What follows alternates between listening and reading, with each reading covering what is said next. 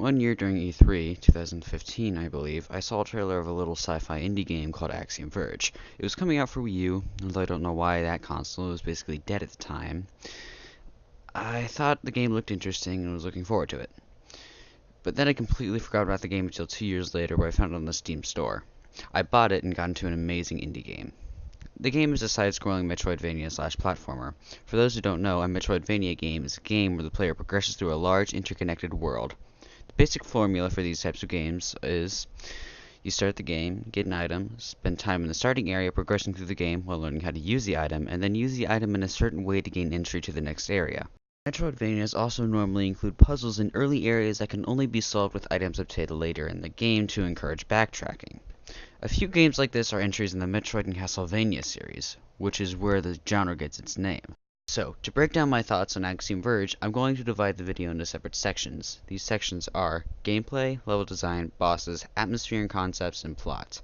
The plot doesn't affect the game's quality though. It's a cherry on top of the already good game. Without further ado, let's begin. In terms of gameplay, Axiom Verge is very similar to the game series that started the Metroidvania genre, Metroid. Specifically the 2D Metroid games. In Axiom Verge and the 2D Metroids, you progress by going around and finding different power-ups and exploring the area you're in.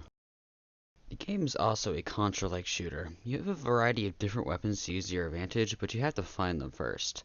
This could be by going through a tough platforming section, using the weapons you already have, or utilizing some of the neat tools Axiom Verge has to offer.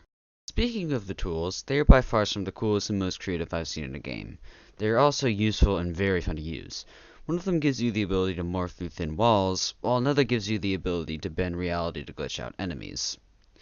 You also have basic stuff like a drill or a grappling hook, but those are given a little bit of creative spice, like a laser drill that doubles as a close combat weapon. Now, back to the weapons. They are all very different and there are a lot to find. The default weapon, the Axiom Disruptor, shoots a generic blast to destroy enemies. The Nova lets you shoot one large blast that can be split into 6 other bullets. The Multi-Disruptor lets you shoot 3 shorter range projectiles at a time. And that's only 3 of the weapons in the first area. There are many more through the first area and throughout the entire game to find. The controls in this game are very smooth. You have the basic jump and shoot buttons, as well as the different tools to use mapped to different buttons. And then you can change these maps whenever you like. If you're playing on Steam, I definitely recommend using an Xbox 360 controller. Now, the base gameplay leads to another good section of the game, the level design. Another area where Axiom Verge flourishes is the level design. The first bit of genius design is at the beginning of the game. The first corridor you walk down introduces you to the different types of roadblocks in the game, including the ones you can't get by yet, so that when you get proper items to pass through, you can go back and get extra items beyond those roadblocks. These late game roadblocks also make the first stage somewhat linear, gently pushing you right to the right track and eventually to the first boss. After you beat the first boss, you're given the drill, which allows you to go past a few of the obstacles blocking your path before. The tools and items are put to well use in level design. Not a single one is forgotten about when playing through a level. The game makes you use each item you get and the ones you already have in combination to overcome challenges throughout the game. It is truly impressive how nothing was left out of the equation when designing levels. The level design also encourages backtracking and exploration. The world in Axiom Verge is massive. There are so many hidden rooms to find and different places to explore. There are, once again, roadblocks that can't be passed until later, however. The game thought ahead of this, though. You can mark reminders on the map for when you want to backtrack. But there's a downside. You can only have 2 reminders at a time. It's really a shame the max amount of reminders wasn't, say, 10 instead of 2. This is sort of worked around, however. Remember the blocked off paths I was just talking about? Those actually appear after doors. This means that any room with these roadblocks will appear partially filled out on the map, signifying that you should go back there sometime. This kind of leaves the reminders for secrets alone, but one might still need more than 2. However, there is something else wrong with traveling the world with Axiom Verge. The large world also brings in a negative, despite having a lot of things to do. It wouldn't be a problem if there was a warping system, or a proper one at the least.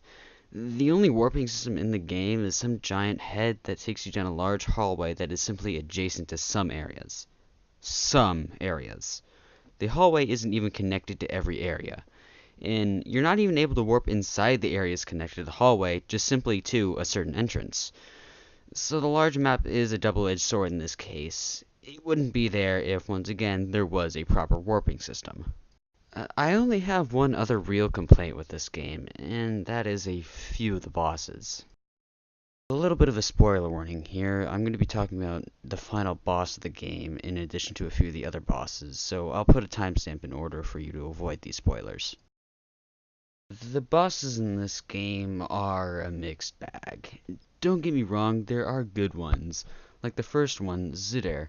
The battle consists of Zudair flying from one side of the room to the other in a zigzag pattern while shooting a small spray of projectiles. Occasionally, Zudair will let out a roar and shoot bombs out of his tail. The more you shoot his weak point, the faster he performs this pattern. It's pretty decent for a first boss, and decent for a boss fight overall. But for every good boss in the game, there's a bad one.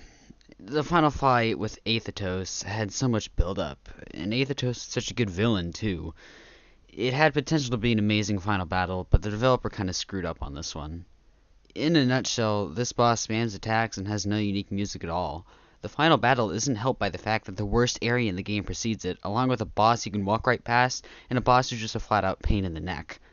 Most of the other bosses in the game are decent to great. They all offer a good challenge and are different from one another. Just to mention, the main boss themes, Trace Rising and Apocalypse, are absolutely amazing. Speaking of the soundtrack, let's talk about how that is, as well as how the game looks. This section is a combination of graphics, the soundtrack, and the world the game takes place in. Let's start with the way the game looks. The game is made in an 8-bit style, once again a callback to Metroid. It really does fit the game, and the sprite work is very well done. While I don't have any to put in the video, the soundtrack is absolutely fantastic. It's a mixture of space-like music and 8-bit music. Each track is unique and helps set up the atmosphere of an area, boss fight, or a cutscene. The graphics and soundtrack fit together like a puzzle to give a certain area a certain feeling. Cellular skies, along with the cell-shaped clouds in the background, combine to form the atmosphere of the mountain range area Kerr. It's nice to be in a pleasant open area after being scratched up in caves for the first couple hours of gameplay. There's also the sci-fi ideas Axiom Verge brings to the table. This game is very creative. For starters, the majority of Axiom Verge takes place on a planet outside of Earth. The areas all have a distinct look to them, except for the second area, which looks very similar to the first area. But, for example, the previously mentioned Kerr actually has 3 different environments in it. The first one is the lower area, a swamp-like cave. The second is the mountain slope middle area, and the last is the top of the mountains where snowfall occurs. Then there are the enemies. Each type has a unique design. They're all creative and abstract in their own way.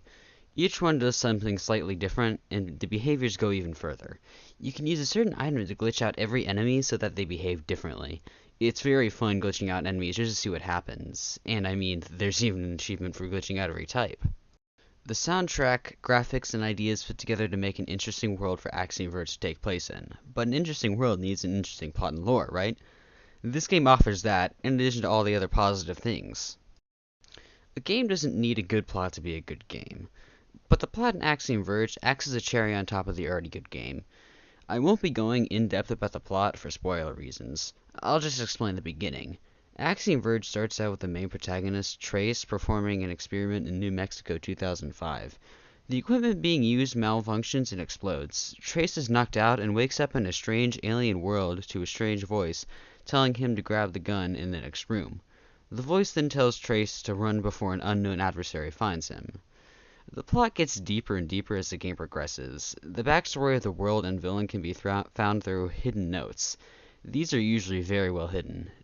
It once again encourages exploration. Now, to wrap up my thoughts about Axiom Verge. Overall, Axiom Verge has a few problems, but the game shines right through them. It has great level design, music, pixel art, and some good bosses. It's pretty impressive for a game worked on by one guy. That one guy is Thomas Happ, who has worked on this game for 5 years. He did everything. The graphics, story, soundtrack, level design, everything.